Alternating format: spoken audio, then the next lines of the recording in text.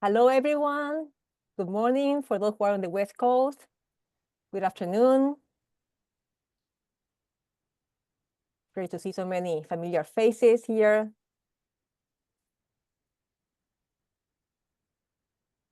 On behalf of Excelencia in Education, I welcome you to Elevating What Worked for Latino Students, a conversation with practitioners leading successful programs.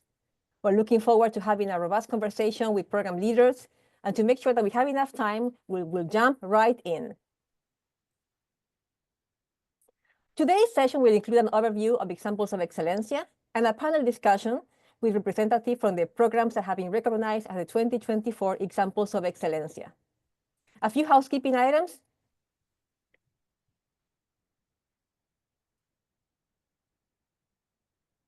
If you haven't done it yet, please introduce yourself in the chat. You can type your name, your institution or organization, and the state you're joining us from. If you have any technical difficulties, please email us at examples@edexcelencia.org. Please use the Q&A feature for questions for the panelists. We'll have a Q&A space at the end of the discussion. We encourage you to share about this webinar on social media using the hashtags Growing Examples and Latino Student Success. And please note that the webinar is being recorded and will be available on our YouTube channel next week. As we continue to see your introductions popping up in the chat, we will introduce ourselves, the Excelencia team, particularly the Examples of Excelencia. Many of you know Deborah Santiago, our executive director. She's the chief executive officer and also the co-founder of Excelencia in Education. And today moderating this panel is Adriana Rodriguez, our chief operations officer and vice president of institutional programs. Also managing all the technical support, we have Olivia Glad, institutional programs coordinator, and myself, Cynthia Ellenstar, director of institutional programs. I will now turn it over to Adriana.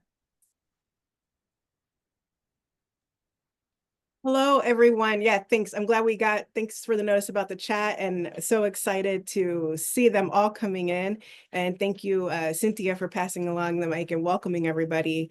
I'm also, wow, that chat's really going. So glad to see you all here. We're so glad that you're here for this conversation.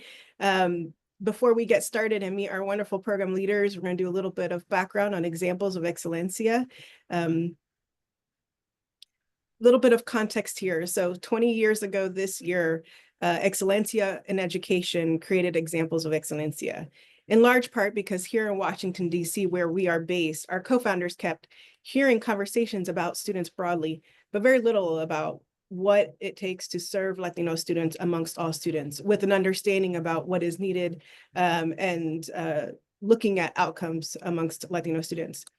There's an opportunity then and now to apply a Latino lens to examine what happens when serving all students to ensure that Latino students are not just participating, but they are also being positively impacted and successful beyond their higher educational pursuits. The other question at the time was, should we find things that are working? How do we bring this attention using our national platform and stage so that those that don't know what to do or wondering if they can do anything to serve the Latino community can know that there's lots of wonderful work happening across the country, that there are programs that exist that are asset-based, culturally responsive, and have evidence of effectiveness to measure their positive impact.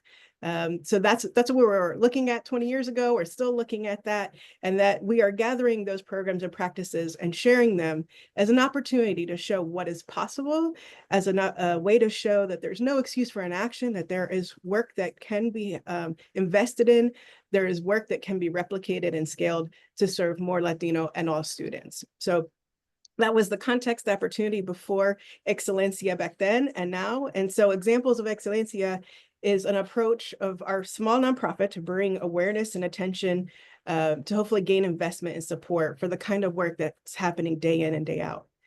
At Excelencia, we also work at scale. We work with policy. Some of you may have seen our policy agenda, but we also work individually with program leaders, with institutional leaders and institutions overall. We always want our work and our policy work, so those policy efforts to be grounded and informed by good practice, so that this is not an independent effort that's not top down, but it's bottom up and informed by practitioners, by students and communities to foster real change in higher education to be more student-centered. So thank you again for joining us today. Thank you for being part of this conversation, part of the momentum of elevating and advancing what works. Together, it's all of us being in conversation and sharing what's working. And so we are proud to bring together 4 program leaders who are amongst our larger group of programs and practices that Excelencia has recognized through Examples of Excelencia. We have gathered our recognized programs to share with our broad community of common cause. We've gathered them in our Growing What Works database, which is free and available to all on our website. We hope that you will take a look at these 4 programs and the many others that are in the database, over 200 of them, so that you can stay connected to folks, that you can engage in a discussion around, again, how we can continue to implement good programs. So we also want to make sure that in the implementation of those programs, that Latino students are being served with intentionality and having positive outcomes. And so as we engage in that conversation and look at that work, we're going to bring together 4 program leaders here for our discussion today. The program leaders that we will be talking to today have been recognized most recently as our 2024 Examples of Excelencia. And thank you, Cynthia, for bringing up their pictures as I introduce each leader. Their program profile in our Growing What Works database will be placed in the chat. So recognize at the associate level, representing English for academic purposes, the EAP program, we have Eleisha Moreno, associate professor and coordinator of the program at Reading Area Community College in Reading, Pennsylvania. At the baccalaureate level and representing the College Assistant Migrant Program camp, we have Michael Heim, director of MESAs, of Migrant Education Student Access and Support at Washington State University in Pullman, Washington. At the graduate level, representing Project Upgrads, we have Volker Janssen, who is project director for the program located in California State University, Fullerton, in Fullerton, California. And then last but certainly not least, we have the example at the community-based organization level, representing the Career Pathways Empowering Students to Succeed program. We have Noemi, Perez, president and chief executive officer for the Immokalee Foundation, located in Immokalee, Florida. So please welcome all of them. Glad that they are here. Looking forward to this discussion. We have gathered a group of leaders here who are representing a diverse group of students, bilingual education students. We have, migrant students. We also have our programs serving students from middle school all the way up to graduate school. So we're going to have a robust conversation today with all these different programs, and also, as you can see, in different locations. So they'll tell you more about their work as we get started here. So we know that so again, welcome to our panelists. So glad to have this conversation. We know that you guys shared a robust story with Excellence in Education through this process, and that your programs are doing many things to support Latino and all students. But for our audience today, if you could highlight one thing that your program is doing to increase Latino student success in higher education, what would that be? What would that one thing be? And so to kick us off right now, we'll start with Eleisha on this question. Hi, everybody. Thank you, Adriana, for the question. One of the highlights of our program is our Academic Literacy and Language Center. Nationally, multilingual learners of English tend to face a lack of targeted or specialized supports in college once they exit their ESL programs. So our center provides professional tutoring support for these students. The tutors who work there double as our faculty. They are experts in teaching English to speakers of other languages, and students have access to that tutoring support for the entirety of their time here at the college. So we have students coming to benefit from that support up until like 2 days before graduation. And having that dedicated space also facilitates these enduring relationships between our students, our faculty, and staff. Thank you, Eleisha. So everything from like space to relationships, really robust work there happening and writing. So let's go next to Michael. So crossing the country, we'll go over to Washington State. Michael, what about for you? For camp at Washington State University, if we highlight one thing that we do that I think has one of the greatest impacts on students, it would be the coaching model that we have.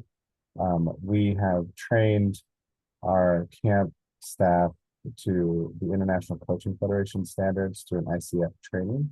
So it aligns with their certification process and kind of chasing that gold standard for how we have conversations and interact interpersonally with our students. Because we know that we're not going to be the, excuse me, the expert in their life. And there's going to be many areas of concern and many situations that will pop up. And what we want to do is nudge them towards accountability factors that keep them on track. And the general approach that we use and the language that we have is demonstrating unconditional positive regard with students and just believing that they are creative enough and resourceful enough to solve problems and that they're not coming from a deficit model being broken, that they're whole people, there's valuable knowledge that they have, and we want to tap into that and elicit some good response from them. Thank you, Michael. So everything from kind of a really well-structured coaching model, but that leans into that unconditional positive regard. I like really appreciate that the approach and sharing that you've shared that with others. Thank you. So let's go over to a little further south of you down into California. We're going to go over to Volker and talking about Project Upgrads. Hello, thank you. I'm thrilled to see this turnout, especially now. This is really encouraging. So since 2020, Project Upgrads has worked on improving admission rates to Cal State Fullerton for Latinx grad students, as well as retention and graduation.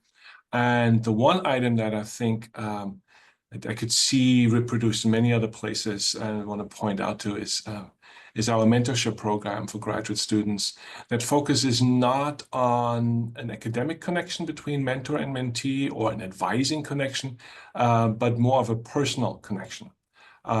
We provide training for our faculty mentors and in other respects allow those relationships to develop on their own. And those of you who are faculty or many others of you know that, especially for grad students, it's important to bridge that transition from being a student to being a peer or professional in the academic environment. And grad students of any background need this badly, but Latinx students all the more, because the higher up you move in higher education, and you know this from this concept of the leaking pipeline, the less common it is for Latinx graduate students to find faculty that look like them that they can connect to. So our mentorship program there, the Palante Fellowship, I think has had a significant impact. Thank you, Volker, for raising really nuanced approach to mentorship. So you kind of broke it out into something, but then very similar to what Michael shared in terms of that personal relationship, and also Eleisha shared that. So I know as we come to know Noemi about what they're doing, but we've already started seeing some threads, but also how you guys have really looked at your Latino students and Hispanic students to see what other things you have to pull together. So we'll go over now to Noemi, and if you can share a little bit more about what's happening there in Florida. Sure. So for the Immokalee Foundation, one of the key areas that we look at is career readiness. Our community is made up substantially of Latino families, and so the exposure to the different careers within our community is very small. So for us to be able to come in at a 6th grade level in the middle school to provide career readiness curriculum alongside the school district and other partners within the area to really focus on the in-demand jobs that are required here in Southwest Florida. It's critical for us to not only bring the students to these different areas to show them the professions that are within us that are in demand, but it's also critical for us to bring in the partners into our facilities to provide career readiness, conversations to talk about their own educational journey. As Volker, mentioned, it's critical to have people who look like them come in and give them, their own piece of advice. And so for us, that component is one area that has strengthened the community, that has built awareness, not only for the students, but also the families, to help them understand what type of careers are out there, what type of education is tied to those careers, and then also building the strong partnerships within the community to allow those opportunities for our students. Sorry, forgot that pesky unmute button. But thank you, Noemi, for sharing that. I mean, the career readiness and exposure, the relationship, seeing people like you, that feeling of I can connect with someone who can be a good mentor or a guide. I appreciate what both Volker and you are sharing, is that the exposure and the opportunities to think about the higher education component as well as the career component, or the next step component, whatever that is. And appreciate all of you sharing those one things. I know it's hard to narrow it down. Appreciate all sharing that, and appreciate the very active chat. So we already got questions going. We haven't got to the Q&A, but it's already there. And I love that there's an opportunity, again, to listen and learn from each other, because that's what this moment is about. So one of the things that we wanted to move on to that is very key to Examples of Excelencia and Excellence in Education's work overall is data. It's one of our pillars. So data, practice, leadership are our pillars. So here in this conversation, we've got practice and data, because we're going to talk about evidence of effectiveness, particularly for your programs and that you shared with us and what you use. If you all could tell me, what evidence do you use to show your program is positively impacting your Latino students? And so I'm going to just go back around my screen. I think for this one, Michael, we'll come to you, and then I'll bounce around next.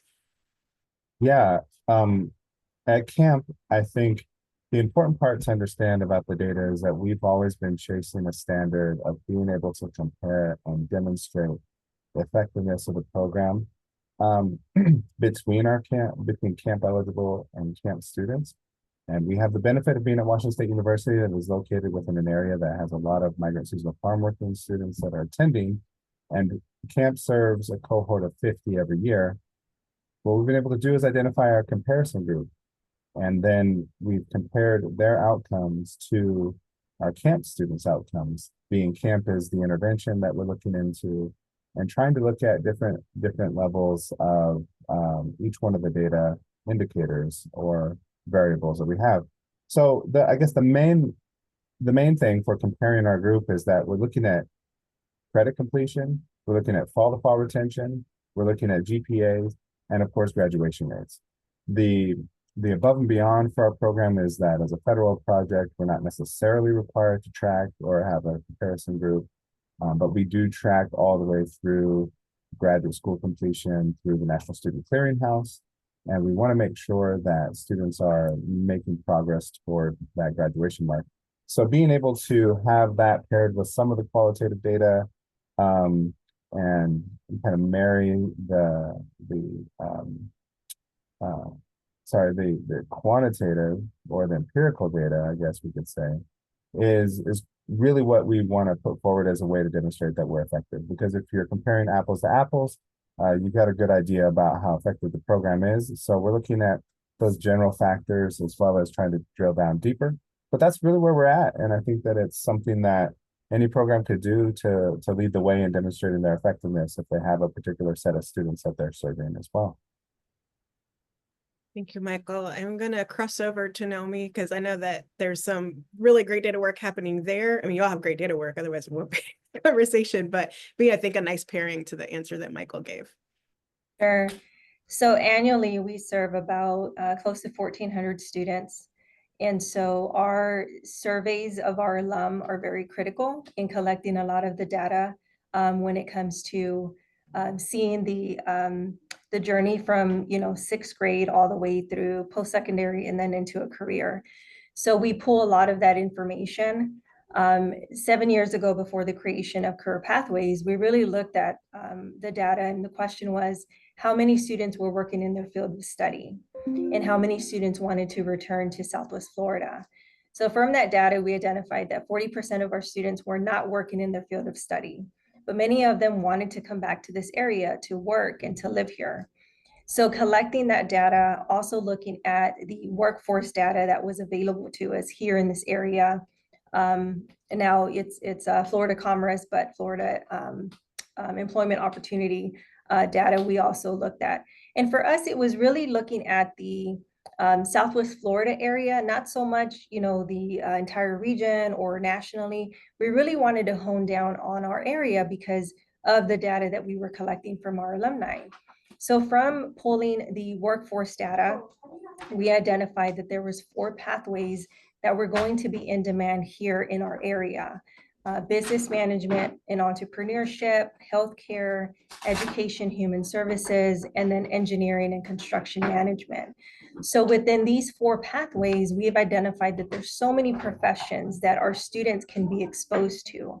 And in gathering this information, we're able to also connect with key partners within our area to help identify the type of education needed for certain positions in certain areas. So for us, that was, one of the key components, as we continue to create our curriculum, as we spoke to our local university, which is Florida Gulf Coast University. And so, fast forward from 40% now working in their field of study 7 years ago to last year collecting this data where 87% of our alum are now working in their field of study.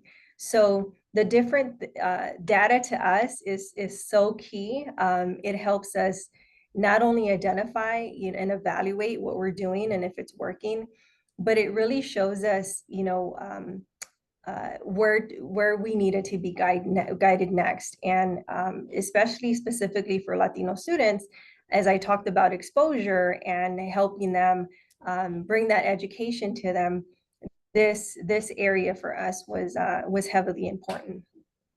Appreciate that, Noemi. We're going to go to Volker, and then we'll close out with Eleisha. So Project Upgrades works with a number of different levels of data. There is the National Student Clearinghouse data, which we drew on to see the impact of our admissions workshops that helped students complete their graduate applications in any Cal State, but also generally gave advice on grad admissions. And there we saw that students who attended 2 workshops or more were far more likely to actually enroll in our graduate program. So that was data the university was happy to see. We draw on institutional data to see what we can do in terms of retention and graduation rates.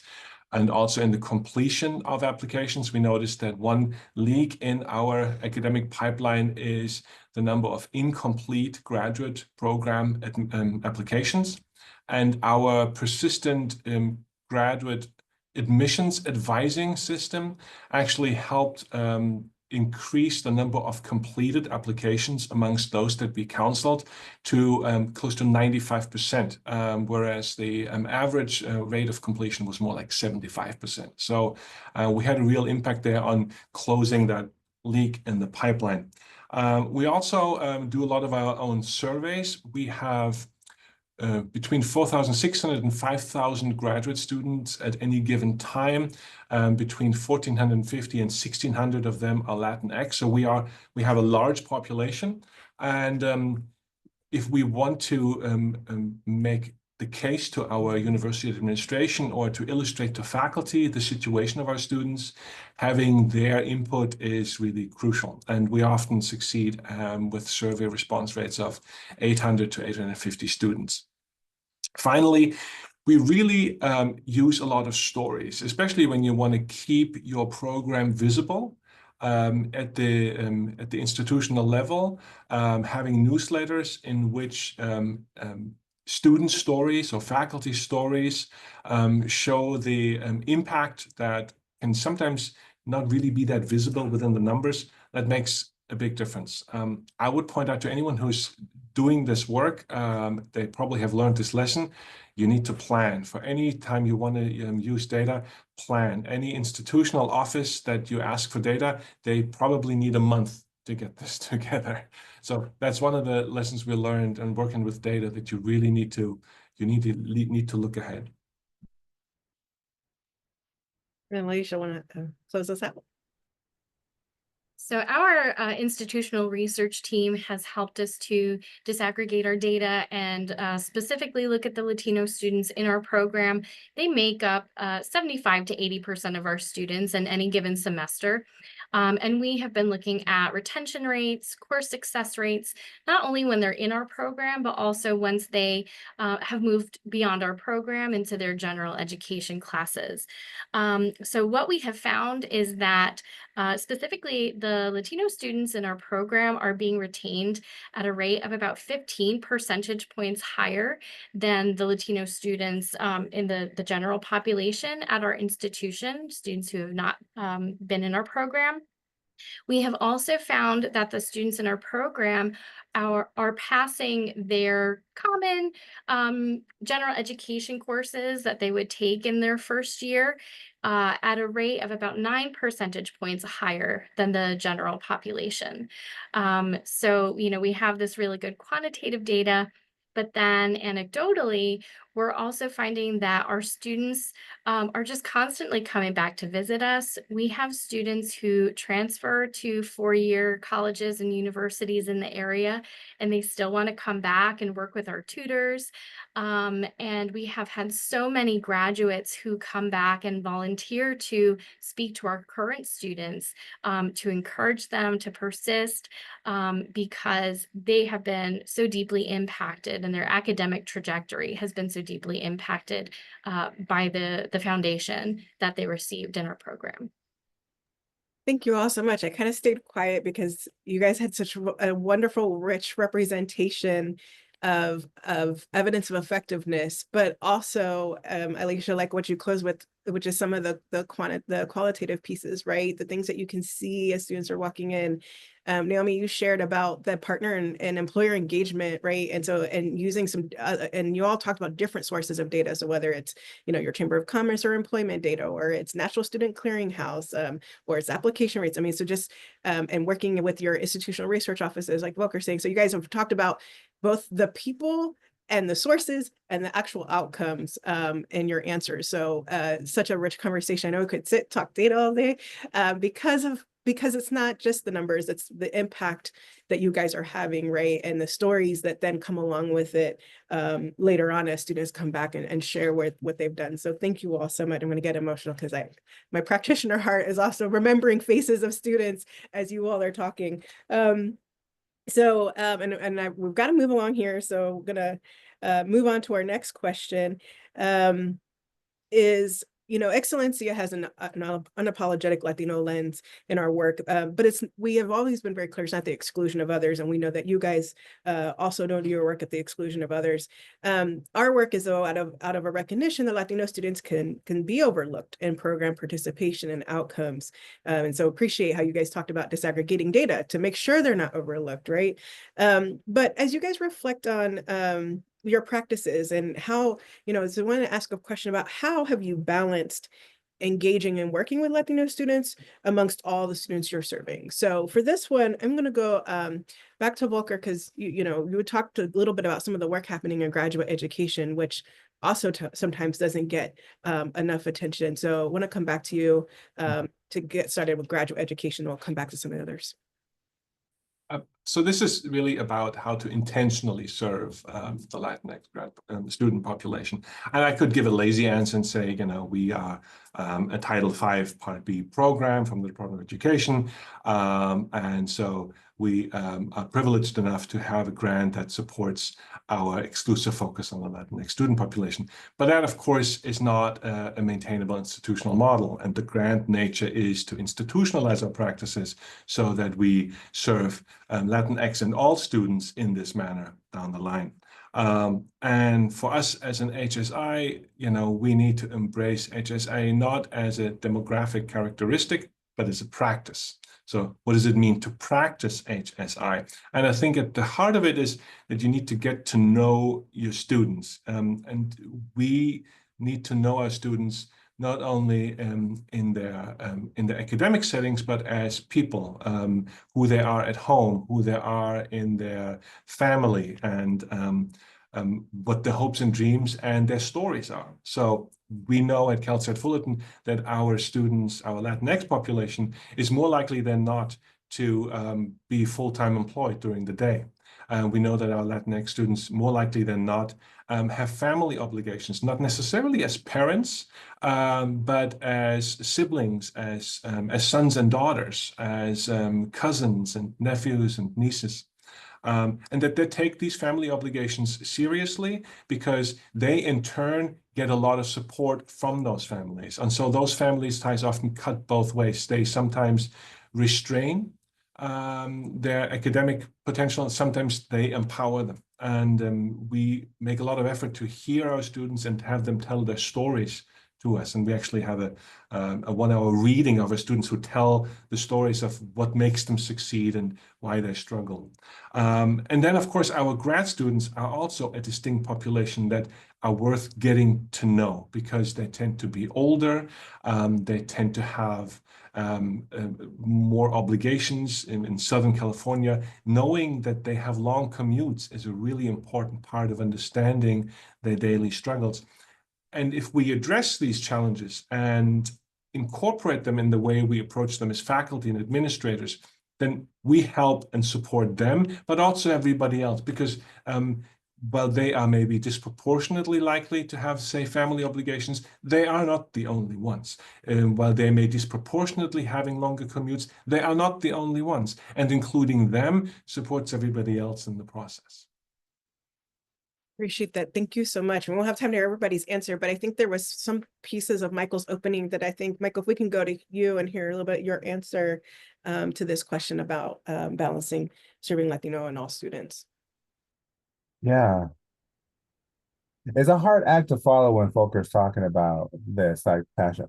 But I would say, I just don't see a world in which when you help people and you care about the success of others, that it's exclusive for just that person. It can't be transferred to other situations. And so within camp, we're serving a portion of Latino students. In Washington, it happens to be that that portion is largely Latino. We're usually 100% for our farm workers. And so we have Latino farm workers attending, and the Latinx student population here at WSU is growing. So as an emerging HSI, these practices are being implemented and kind of rippling through that student population, but also that they share many common characteristics with other low-income students or other students that have similar struggles or worried about exams, worried about who to talk to on campus. And as I think I would just want to point out, again, I've said this before too, is that I feel like the secret sauce element is truly caring about students and their success. And that's applicable to all areas. And if you truly care, then you're going to be able to say, I can serve a student this way and help someone else this way. There will always be situations that pop up and that will be challenging, specifically for individual circumstances. And like I said, we try not to be the expert in anybody's life and say there's one size fits all, but that's where the caring comes in, of being able to individually sort out what do we need to do and how do we need to help this student where they're at, what they need help with, and then go from there. But as it's been institutionalized, like Volker said, the goal of grant funding also is to try and find a way that you can demonstrate success. And we're now part of assessment teams at the university to look at how you're advising, how you're approaching students, how you're communicating with folks, how these resources are being made available to them. And I say how because sometimes they're available, but like if you're brushing over everything and moving fast, the students don't get it. So I think that once you know how to serve a student population, it's very challenging to serve, like farm workers and Latino students coming from that farm working background. It is still applicable to other students, and it's important to remain open to that possibility as we serve at our institutions. Michael, I appreciate that. It's a line with, like Excelencia's work, because we say, like, if you learn to flex that muscle to intentionally serve, one group, then you can flex it, to see how you are, meeting the needs of your other student population. So appreciate a really rich discussion. We'll have to move on because it's, time is of the essence to get all the great things that you guys are doing on the table for our audience today. So for this next question, and Eleisha, we'll have you kick this one off, is because this gets into implementation, because for folks who are like, I want to do what you're doing, how do I get started? So when you look at what was key to the success of implementing your program, what would you say was key? Really, it was a 2-year grant that we received from a local foundation.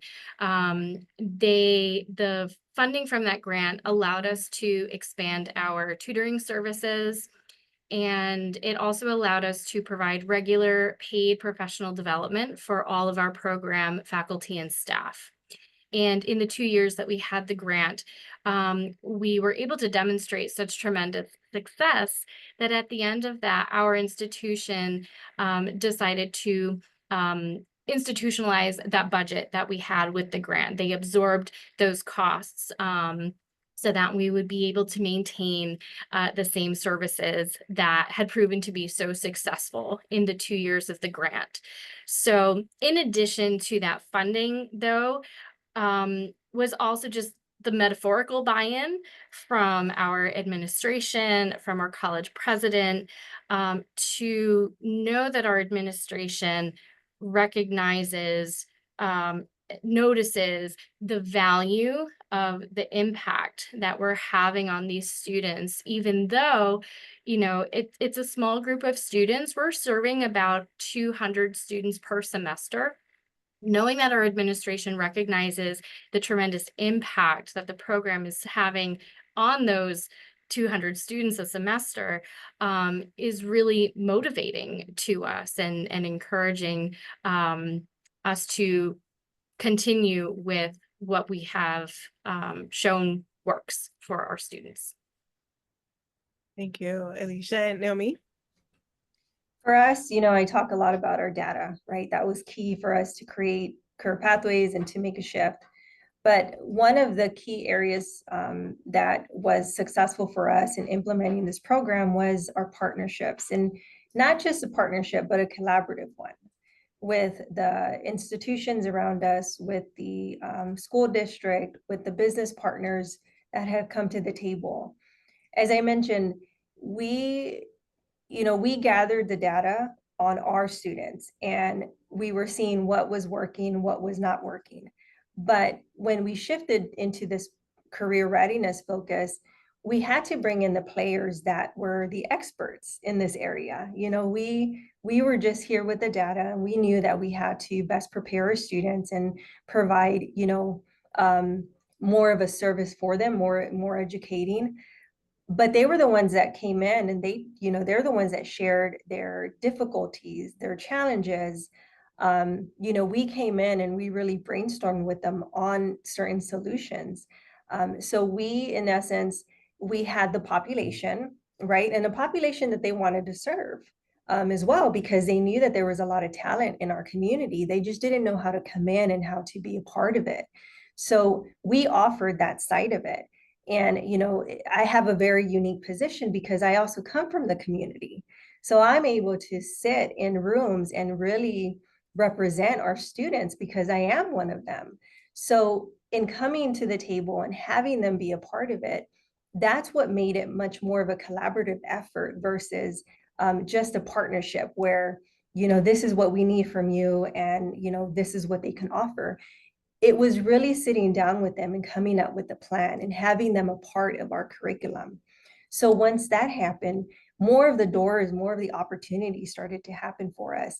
And so as a nonprofit organization, we rely heavily on funding, right? Private funding. And so this really opened the door for us to have more corporate funding, which was another creative way to help sponsor students, help provide scholarships, help provide these experiences. And so for us, Career Pathways is just really, I feel like the sky's the limit with it. right? Because we can continue to evolve, we can continue to educate. It's fun. It's, you know, businesses are excited about it because we're also meeting a challenge they're having. And so it just, again, you know, I always say it's putting Immokalee on the map. It's putting our people, our residents on, you know, in focus, and they want our, you know, our people to come work for them and to be a part of their businesses. Thank you both for your answers, and just hearing about connection, relationships, like people coming together and collaborating, and investment. So whether investment comes out of grant funding, investment comes out of partnership, out of sponsorship, but keeping the folks along the way. And what I appreciate what both of you closing about is the excitement and the energy to do more and keep going, right? So I appreciate that is also, you know, the success, the momentum fuels more momentum and more investment and continued work. So appreciate you all sharing that in your answers, because again, as we're sharing your work now with the more national audience, we hope that the momentum and the excitement and the energy to do this work and investment, as I keep saying, investment, because we're gonna have a question about that, that comes to all of you and to all kind of this kind of programming that can be successful for Latino and all students. So so we talk about, again, watching the time, we're getting short. If we think about the approaches you guys have taken to sustain your work. So as we're talking about this momentum to keep going, and you think about, you know, things that could be replicable, you know, so we have a very, very lively chat going. And so if these folks reach out to you all tomorrow to say, hey, I want to, you know, what is something you think I can do here? What would be that one thing? We're going to go to back to Volker and then Eleisha for some very brief answers.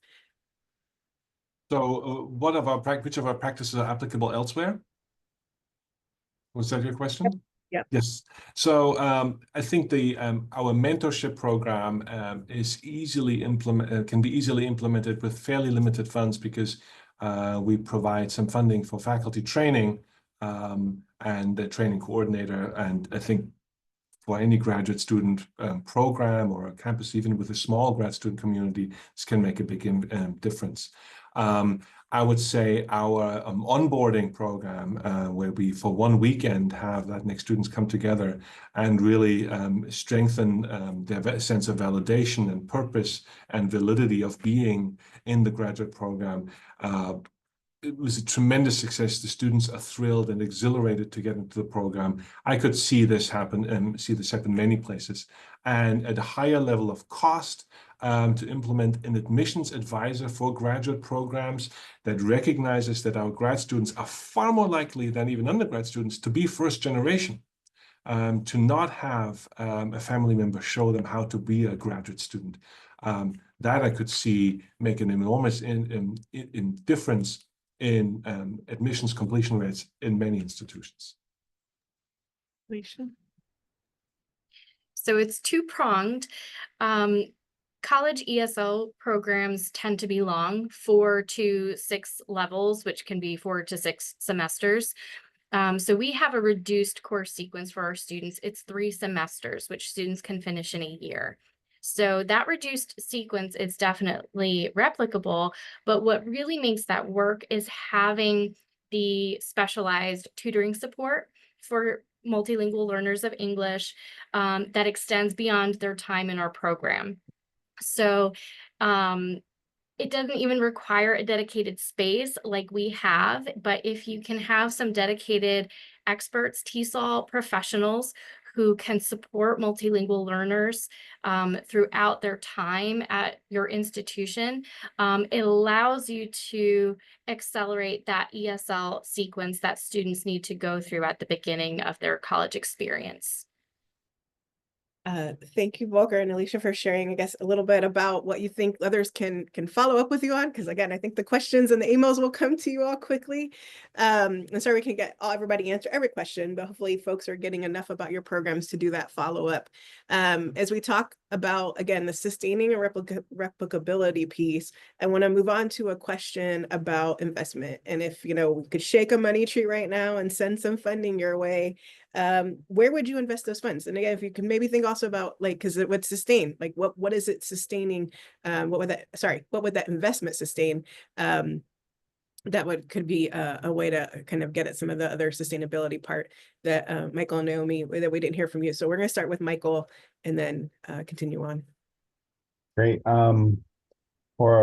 For me, the two things that come to mind is that CAMP as a first-year program offers financial assistance for students during their first year, and then years 2, 3, 4, maybe 5 and 6 when they're graduating. We don't provide stipend funding or a scholarship to those students, although we do remain in contact and offer the other services for students to be successful because we want them to graduate, right? We'll follow them through even though we're a first-year program. And having that assistance would be great for years 2, 3, and 4. Also, maybe expanding funds. CAMP serves a cohort of 50 each incoming semester in the fall, and those students continue on through the other years. And there are, at any given year, 200 to 300 students that could qualify for CAMP attending Washington State University, and we only serve 50. So I would expand services as fast as I could. To make sure that most of the students are getting those services and not falling through the cracks. And I think that that's why it's good to expand services and get more funding for all of that within a program, because you want to get 100% completion for all these students because you care about them. And having 99% complete and losing that 1%, I still think about some students all day, like, oh, I wonder what's happening to them. What are they doing? So being able to serve everybody would be my goal. Thank you, Michael. Yes. Been in the seat as well. And Noemi, what about you? So for us, our vision is to continue to provide services because there's a huge need here in our area. We just completed our needs assessment and identified that there's about 800 more students that would meet our criteria that we are not serving because lack of funding. So definitely, opening up more space for those students. We provide a Florida prepaid scholarship for all of our students who come into our program. So when we bring in a student, it not only do they have our services and the Career Pathways curriculum, but they also have a scholarship attached to them, along with some mentorship. So for us, it would be continuing to meet the need here in our community. But in order to also do that, we have an office here in Immokalee, and we're busting at the seams. So if some large amount of money would come through, we definitely would look at building a new building to facilitate not only house our staff, but also the growing numbers of our students. Thank you, Naomi. So hearing folks just like more coverage for more students, but also what we often hear, right, space constraints. And Eleisha, even in your answer from before, you're like, well, maybe not everybody might be able to do the space, but what can you do here? And but Naomi, I appreciate that answer. So we said if we could shake a money tree, so you're like the dreaming big. Just real quickly, Eleisha or Volker, did you guys have anything to add that you would want to highlight? Very quickly, two possible answers to this. We actually shook the money tree, and we did get another POA grant that started in October. And there we focus actually on incorporating expanded services into the curriculum, because as one of our GAs recently said, they come to campus on the drive, they park, they go to class, and they go home. And so how do you support students that have this little exposure to a campus community? So that means we need to find ways to bring this into curriculum. That's what we're working on right now. If you don't have a money tree, but just a little plant, a little extra money, I always say spend it on food, because so often the rules on funding mean you can't spend it on anything that makes a meeting nice and pleasant. And the times we've sort of splurged on just some nicer food for a meeting, it makes such a difference. Eleisha, anything to add? Yeah, for us, it would be personnel. We only have 2 full-timers in our program, me and one other faculty member. And so at the top of our list is a full-time tutor. Right now, our tutors are capped at 15 hours per week. So having one full-time tutor to act as a lead would provide some consistency for the other tutors who work in the center, as well as for students. Appreciate that, and appreciate y'all giving very different examples of all the ways that people can help and support in these different parts of the country, different programs, but all to serve Latino and all students. Appreciate that. one thing before we close, because we did open with examples and Excelencia's work, and we know that, Examples of Excelencia, you guys came to this work on your voluntarily. You came to share your story out of, the very busy days that you all have directly working with students. Maybe you can share a little bit. Again, you guys were recognized as our 4 Examples of Excelencia last September, October, in the fall. The days are going so quickly. Anybody want to share maybe since being recognized, any ways that you have leveraged kind of the partnership with Excelencia in this work? And this is for all, whoever wants to share.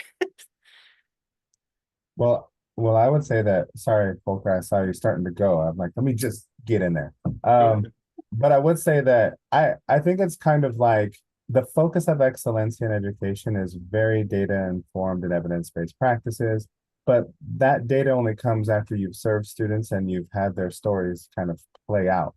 And so what we've done is, we've been asked to submit similar profiles for other pieces of recognition that are based on more of the qualitative side or on the administrative side of how to administer the grants or the programming, how to incorporate qualitative storytelling in there as well. And we've been starting to receive those pieces of recognition or confirmations about it. So I think of it as like qualifying for a marathon, where like you do all these big races and you got to run one of the qualifying marathons, which is Excelencia, and then you get into another one, and then pretty soon you're at the Olympics. So that's where I think that what we're trying to do is leverage all of that. Yeah. Thanks, Michael. Volker. You know how they say, it's true, the CSU wasn't built with Latinx students in mind. Just like many institutions of higher education were never built with Latinx students in mind. That's also true at the graduate level. The CSU was never built for graduate students in mind, and it was tacked on later. So in many ways, this recognition has given us visibility, not only for our Latinx student community, but for our graduate students overall.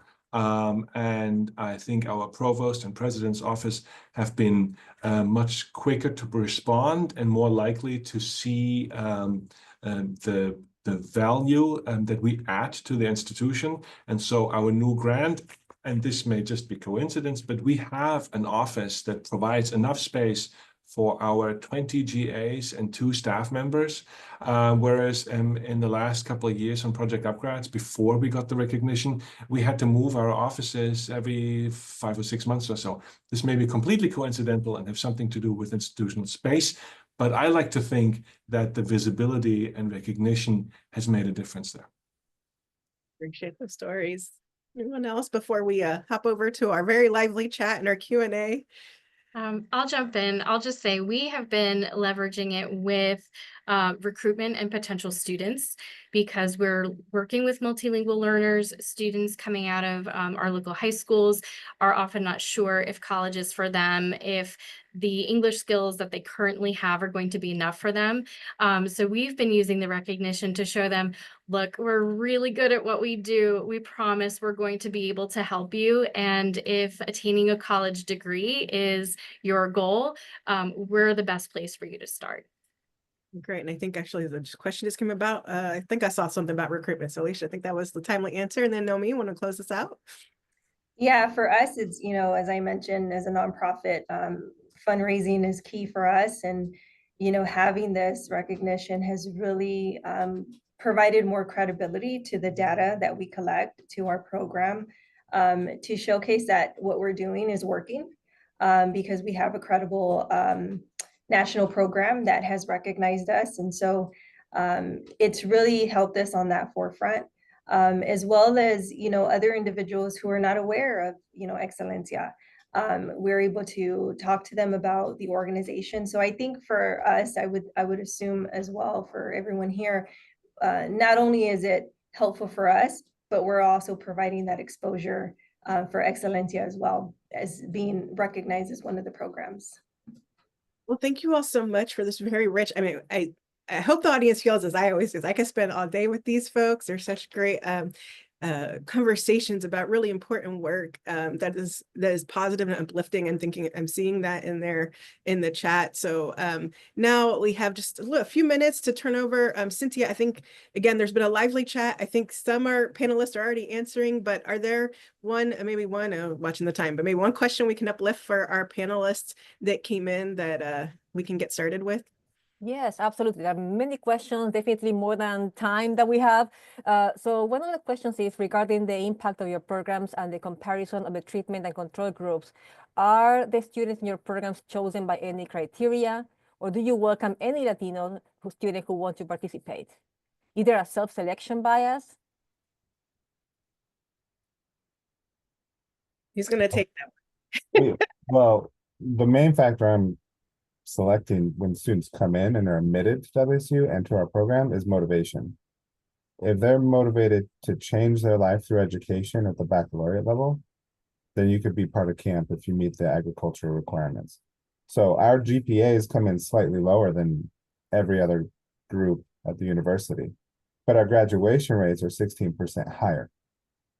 So what we do, I don't believe in the GPA as being a real solid indicator about whether a student can graduate. It's more of the motivation. So we ask him very bluntly, like, do you plan to graduate? And that's important when they come into your door the first year, because many times they're not being asked that. They're just happy to be here. Like, I got in, yay. But I want you to be a graduate, right?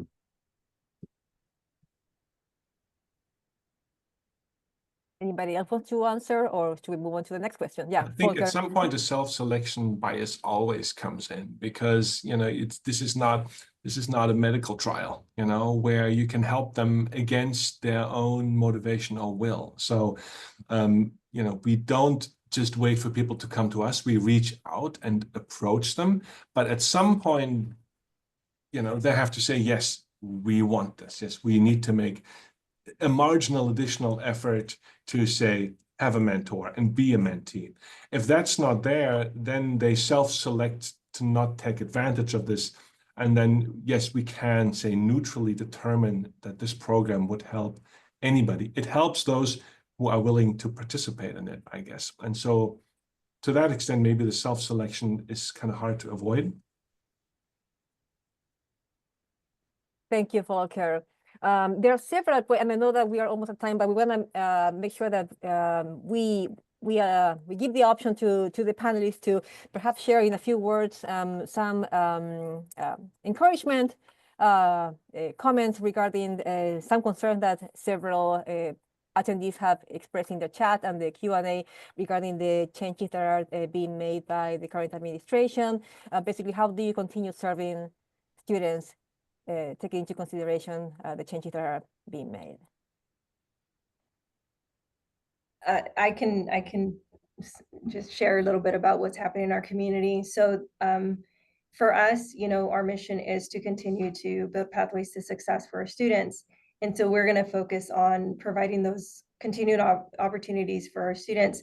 When it comes to their families, what we are doing is connecting with other partners within to share resources and to help provide as much education as we can out there to them. There's only so much we can do, but I think that if we play a little part with sharing information that others have and coming together with like-minded organizations to help in any way that we can with educating, that's, I feel like that's the best we can do at this point. But it doesn't deter us from, focusing on what we need to do and continuing to provide the services that we do for our students. We also have mental health services that we partner with the local university. So that has been very helpful for us during this time as well. Thank you, Noemi. All right, and we're going to make sure that we have time, to share Cynthia, some information for. Oh, Cynthia, I was just sorry, the time delay on the audio. Cynthia, you opened us, so I think now it's your chance to close us out. And I appreciate the panel. Before Cynthia closes, thank you, panelists, so much for a very rich conversation. I suspect many will be following up with you from our chat and Q&A. Thanks. Yes. Thank you, Adriana. So we want to make sure that all of you who are interested in participating in Examples of Excelencia have access to the information that you may be wondering, right? The key dates. So on the screen, you can see particularly we want you to keep in mind that the submissions period will be between February 18th and April 21st this year. So feel free to take a screenshot. I will also have the information available on the Examples microsite.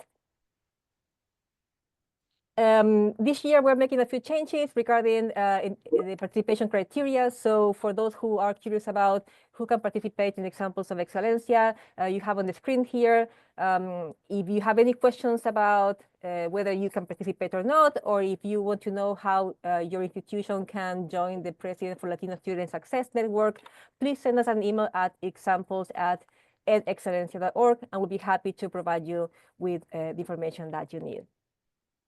And last but not least, we want to thank, of course, the panelists for joining us today, for sharing about their practices and programs. And we also want to encourage you to continue the conversation with them and with other program practitioners by visiting our database, the Growing What Works database. You can scan the QR code on the screen or use the link that my colleague just put in the chat. And there you have more than 200 programs with evidence of effectiveness that you can contact directly through their links that you will find on each program profile. And again, any question, you have our email there. And we want to thank you all for your interest in what works to intentionally serve Latino students and all students. Thank you again, and hope you have a wonderful rest of the day.